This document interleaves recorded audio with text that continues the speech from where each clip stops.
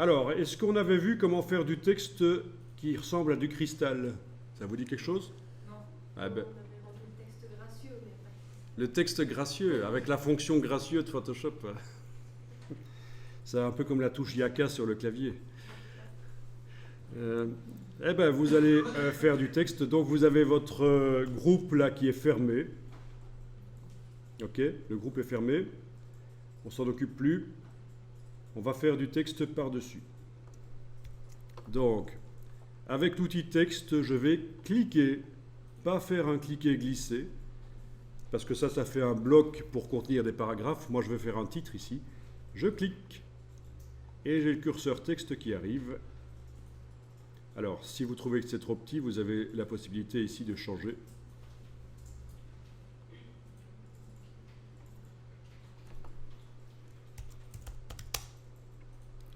Voilà, vous tapez du texte.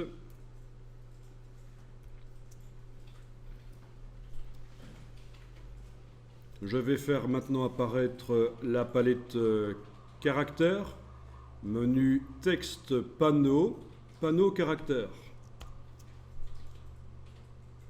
Bon, ceci dit, j'obtiens la même chose si je clique ici dans la palette des options.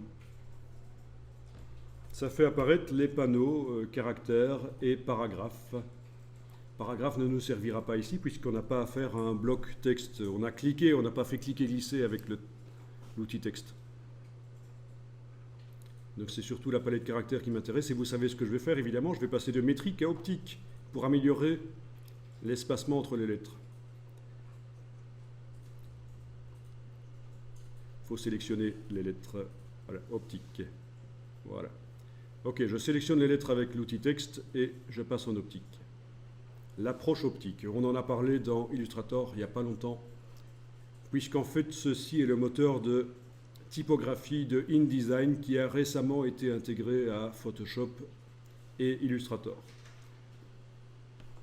On peut faire du texte dans Photoshop, bien entendu. Vous allez rencontrer des gens qui sont de la vieille époque qui vont vous dire ne faites jamais du texte dans Photoshop, ça pixelise, il n'est pas net. Mais en fait, si vous exportez, si vous enregistrez le document au format Photoshop PDF, le texte est net dans le PDF.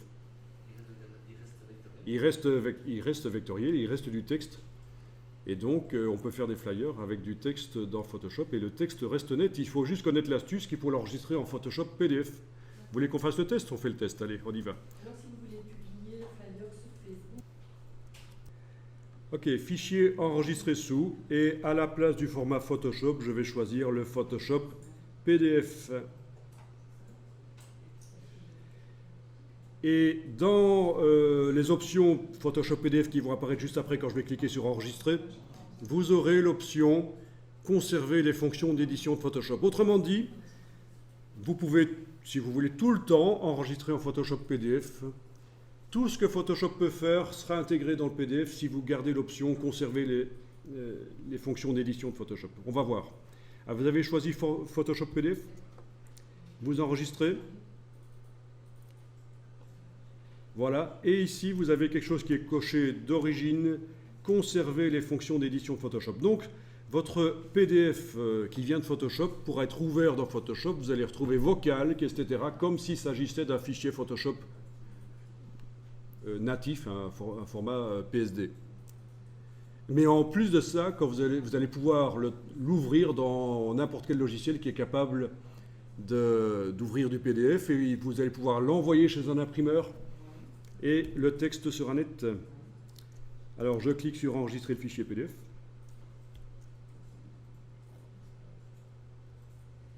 Il y avait juste un message qui me disait que le fait que l'option conserver les fonctions d'édition de Photoshop était cochée, ça allait faire un fichier PDF très lourd.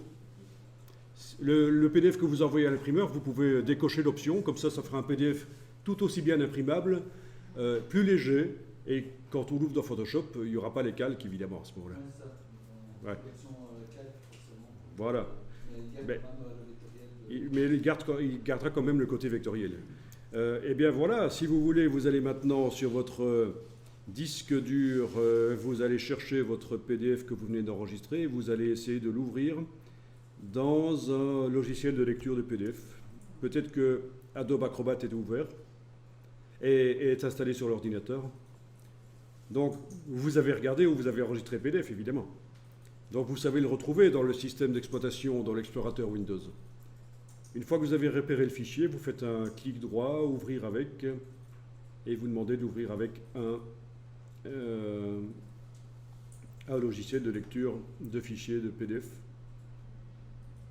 Ben voilà, le logiciel gratuit Adobe Reader, par exemple.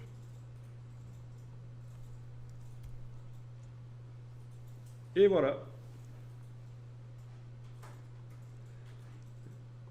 Et quand on zoome, on va voir les pixels à certains moments, bien sûr, parce que ce sont des images pixels. Mais le texte, vous allez voir qu'il reste net.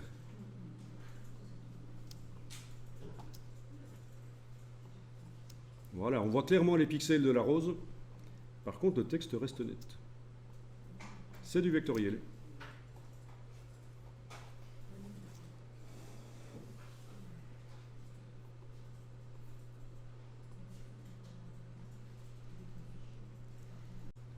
Alors, de retour dans Photoshop, on était parti pour faire un texte qui a un aspect cristal. Alors, vous avez toujours votre palette de caractères qui est visible. Vous allez cliquer sur le nom du caractère ici, et avec les flèches haut et bas du clavier, vous pouvez passer en revue les polices de caractères. Vous pouvez bien sûr aussi cliquer sur la partie ici du menu pour aller dans le menu. Choisir en regardant vraiment les échantillons qui sont là. D'accord, donc deux solutions, soit sélectionner comme ça en cliquant, on sélectionne le nom du caractère et avec les flèches haut et bas sur le clavier, on change, ou alors vous allez dans le menu. Ou alors, encore une autre solution, vous connaissez le nom de la police que vous voulez utiliser et vous la tapez. Adobe Garamond par exemple, Adobe Garamond Koa Pro, Bold. Ok, on va prendre Bold. Pour choisir la police de caractère, vous avez la possibilité d'imprimer sur papier toute la liste des polices que vous avez avec les échantillons de police qui seront montrés sur le papier. Et ça se fait par un logiciel qui est sur le Mac qui s'appelle Livre des polices. Et sur le PC, vous avez des choses similaires aussi qui existent, ou des gestionnaires de police payants, qui existent aussi. Alors, Livre des polices, voilà. Ça, c'est une application qui est livrée d'office dans le Mac, qui vous permet d'avoir une vue d'ensemble sur les polices de caractère de votre ordinateur, de gérer, en désactiver certaines, parce que les polices qui sont activées, ça prend de la ressource informatique, donc on peut en activer certaines ou les désactiver. Et ça permet aussi d'imprimer. On a la possibilité d'imprimer sur papier, de choisir sur papier.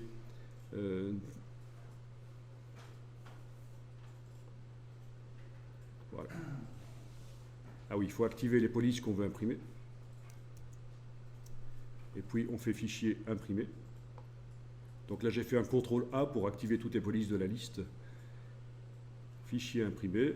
Ça bosse, parce qu'il y en a quand même pas mal, et ça va donc me faire ici un document de 243 pages dans lequel toutes les polices seront montrées avec leur nom et les échantillons. Ok. Ah oui, il y a aussi possibilité de faire le système chute d'eau, qui est les polices qui sont montrées à différentes tailles. Voilà, évidemment, je suis tout de suite avec 1054 pages. Enfin, tout ça pour vous dire qu'il y a différentes manières de choisir les polices et qu'une des manières les plus intéressantes et professionnelles quand on fait de la publication qui au final sera sur papier, c'est au départ de choisir la police sur papier. Parce que c'est vraiment là que vous allez pouvoir juger, tiens, qu'est-ce que ça donne quand je tiens en main la feuille et que je vois la police à cette taille-là. Choisir une police uniquement sur écran quand au final ça va être sur papier, c'est pas très sérieux en fait. Il vaut mieux travailler avec un catalogue de police imprimé.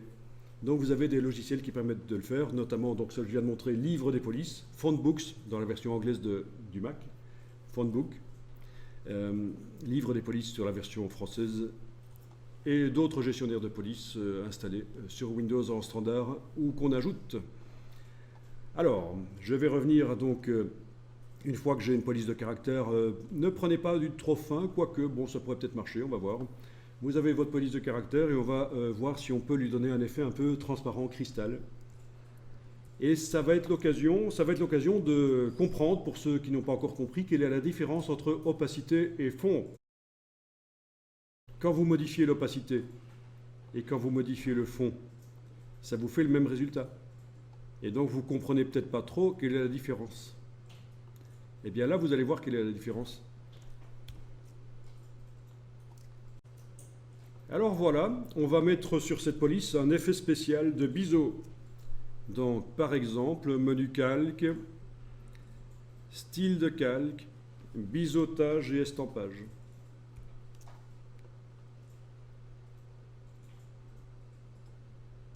Donc vous avez les styles de calque qui apparaissent. On a travaillé tout à l'heure dans les options de fusion, vous vous souvenez? Elles sont là, les curseurs. Mais ça ne nous intéresse pas ici, les options de fusion. Ce qui nous intéresse, c'est le biseautage et l'estampage.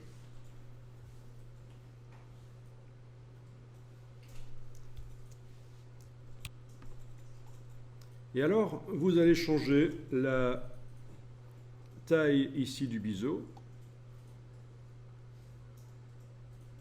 pour que ça ressemble quand même à quelque chose.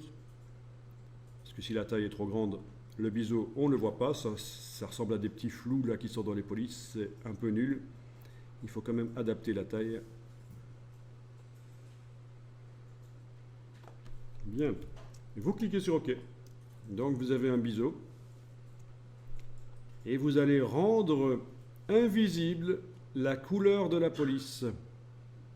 Alors la couleur de la police, on peut la changer par la palette caractères.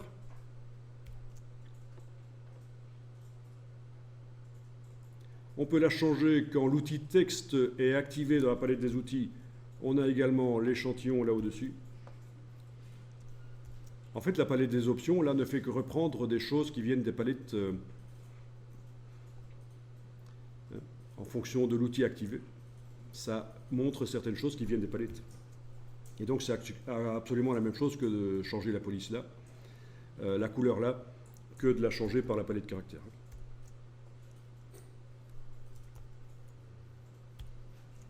Bon, mais où est-ce qu'on fait en sorte que ce soit transparent? Ben, c'est pas là en fait.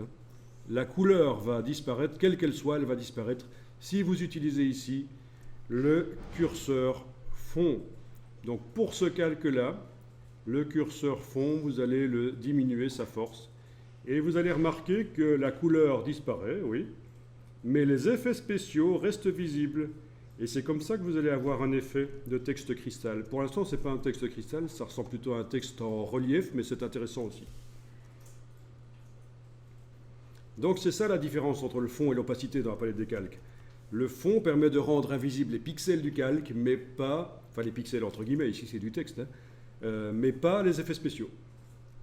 Et c'est pour ça que vous ne voyez pas ça quand... Tant que vous n'avez pas un calque avec des effets spéciaux, vous n'arrivez pas à voir la différence.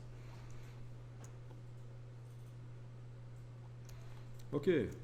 Alors la dimension de la police peut être changée par la transformation manuelle, vous savez. Édition, transformation manuelle, on peut aller changer la dimension de la police si on veut. C'est tout à fait possible. On valide avec le petit V là au-dessus, bien sûr, ou la touche entrée.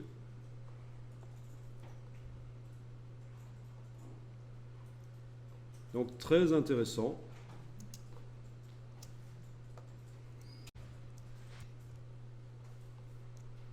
Bon, je veux modifier l'effet spécial. Je double-clique sur le mot biseautage estampage. Ça réouvre la boîte.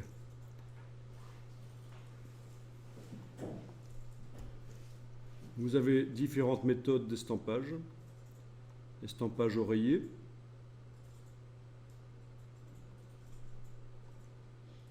Intéressant aussi.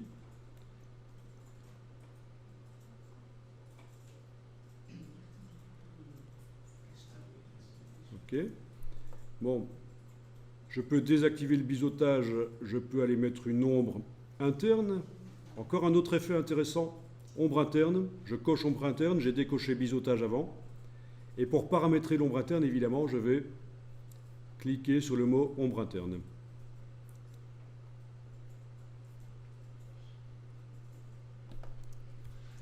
Voilà, et ça me permet de faire un petit effet comme ça, comme si il y avait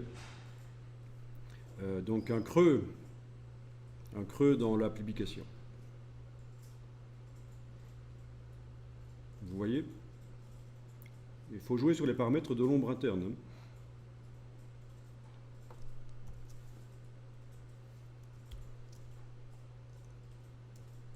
L'ombre interne, ça va donner bien si vous ajoutez en plus un contour. Contour. Je paramètre le contour en cliquant sur le mot contour, une fois que j'ai cliqué sur la petite case en face.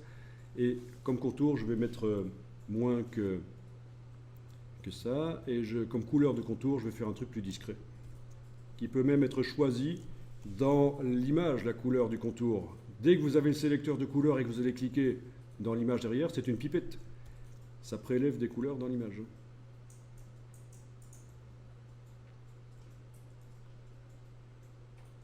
Voilà. Donc avec un contour, ça donne un peu mieux parce que ça dessine bien la police.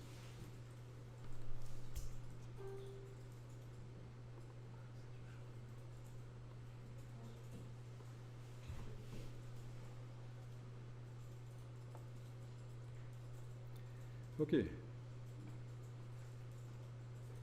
Ah oui, ça c'est une nouveauté avec. Je ne pense pas que vous avez ça dans CS6, la possibilité de multiplier les contours. Non, hein. Ça c'est. Avec le petit signe plus, là c'est une nouveauté ça.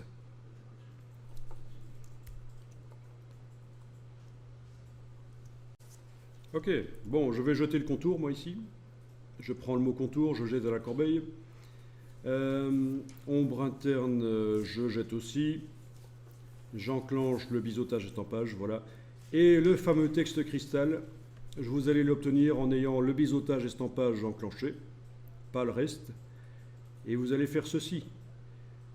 Dans le paramétrage du biseautage estampage, ici, vous allez demander de mettre un contour différent, un bord différent qu'en diagonale, en biseau. Ici, en cliquant là, vous avez la possibilité d'aller choisir certaines choses. Voilà. D'accord? Alors, l'angle de la lumière va beaucoup influencer. Donc, après avoir choisi un contour,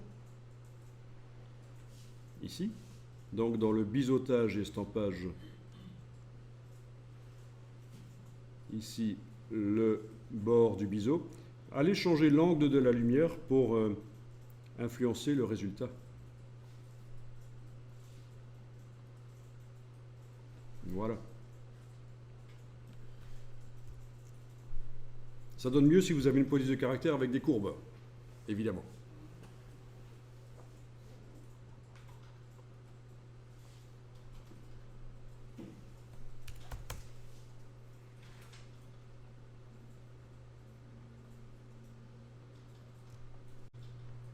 Bon, en plus du biseautage, vous pouvez ajouter une petite ombre portée. Ici, ombre portée. Paramétrer l'ombre portée en cliquant sur le nom de l'ombre portée. Comme ça, ça va un peu souligner le... Voilà.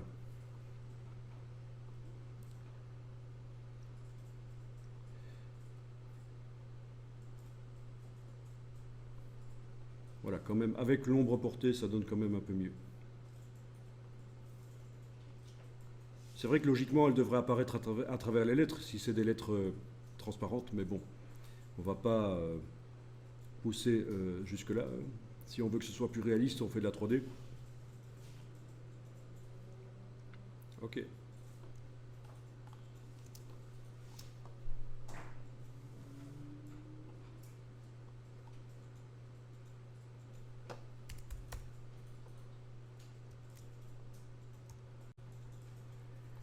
Ok, alors je vous montre ici la suite. Regardez, je vais double-cliquer sur le mot biseautage estampage dans la palette des calques. Donc, ben oui, celui qui se trouve en dessous du calque texte, évidemment. Et je vais aller faire mon propre biseau en cliquant ici. Donc, plutôt que de cliquer là pour choisir un des biseaux prédéfinis, je vais cliquer là pour aller créer mon propre biseau. Et voilà l'éditeur de biseau. Et je peux aller là-dedans mettre des courbes multiples si je veux, ajouter des courbes, bouger. et ça crée des reflets multiples.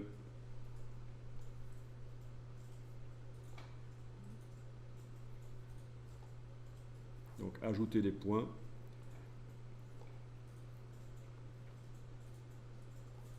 Alors ce serait peut-être bien de réinitialiser. Je vais remettre tout à zéro. Touche Alt, réinitialiser. Jeter tout carrément.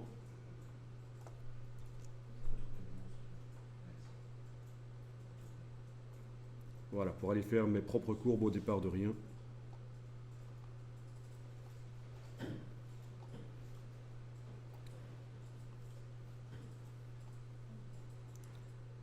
Amusant ça. Hein?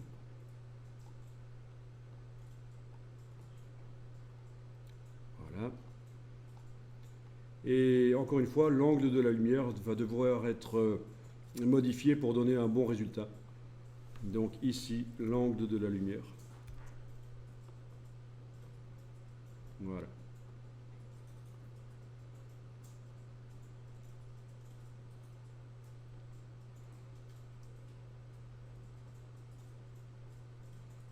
Peut-être un peu trop de biseau, je vais retirer.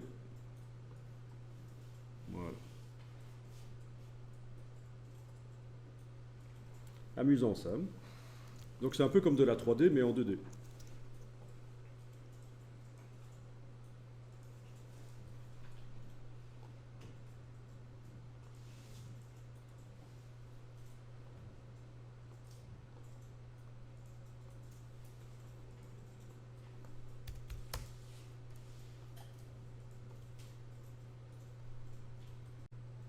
Alors, la suite. Je double-clique sur biseautage estampage. Vous voyez qu'on a ici une fonction de texture. Il s'agit d'utiliser la palette des motifs pour texturer le biseautage. Donc j'enclenche le mot la texture, je clique sur le mot texture et je vais pouvoir ici choisir un motif, y compris un des derniers qu'on avait créé, qui était celui-là, avec les fleurs. Oui, vous vous souvenez du motif des fleurs qu'on avait mis sur la voiture hier? Et donc, j'ai l'échelle ici, je vais devoir diminuer l'échelle. Le relief aussi va être diminué. À un certain moment, on va voir apparaître les fleurs.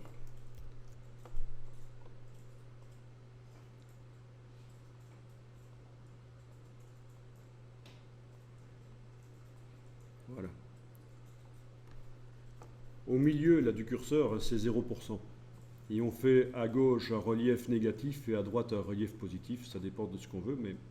Donc le curseur relief, la valeur 0, elle est au milieu en fait. Hein. Voilà, ça c'est les fleurs. On voit les feuilles, etc.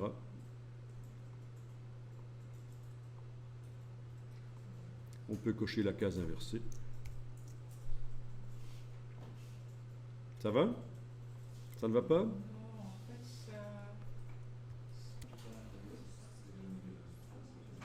Voilà, ouais, c'est vrai que si vous avez choisi un type de biseau particulier, donc là je reclique sur le mot biseautage estampage, peut-être qu'avec certains types de biseaux ça ne marche pas très bien. Oui, avec le biseau externe, forcément ça se met à l'extérieur. Donc là je suis en biseau interne.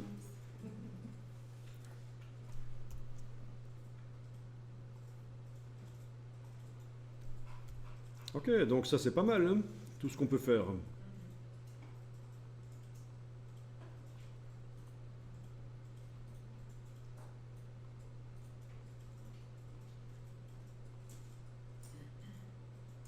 Un petit contour quand même, voilà.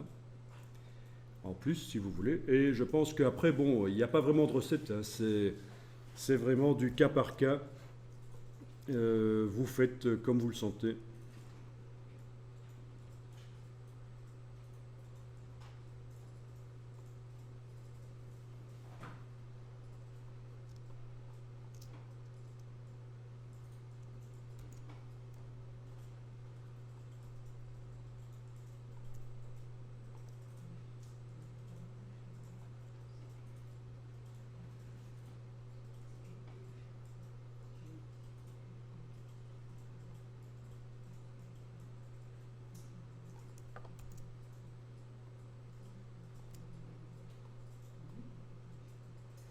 Bien.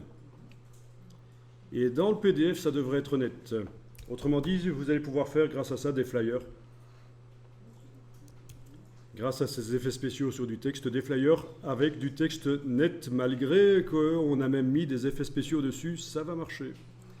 Donc je vais ouvrir par exemple le dernier ici dans Acrobat Reader et je vais aller jeter un coup d'œil sur la qualité du texte.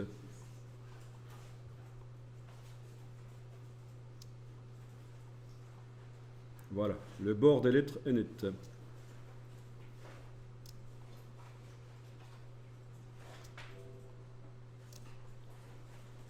Alors l'image ne contient pas beaucoup de pixels en fait, hein. Pour une impression, elle contient peu de pixels.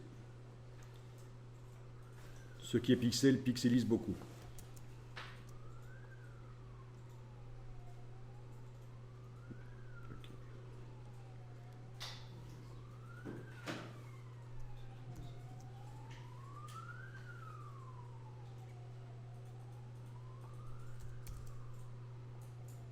Bon, ça pourrait être imprimé à maximum 27 cm sur 20 avec une résolution de 300 pixels par pouce, qui est celle que les imprimeurs demandent en général. Mon image ici, avec son nombre de pixels qu'il a.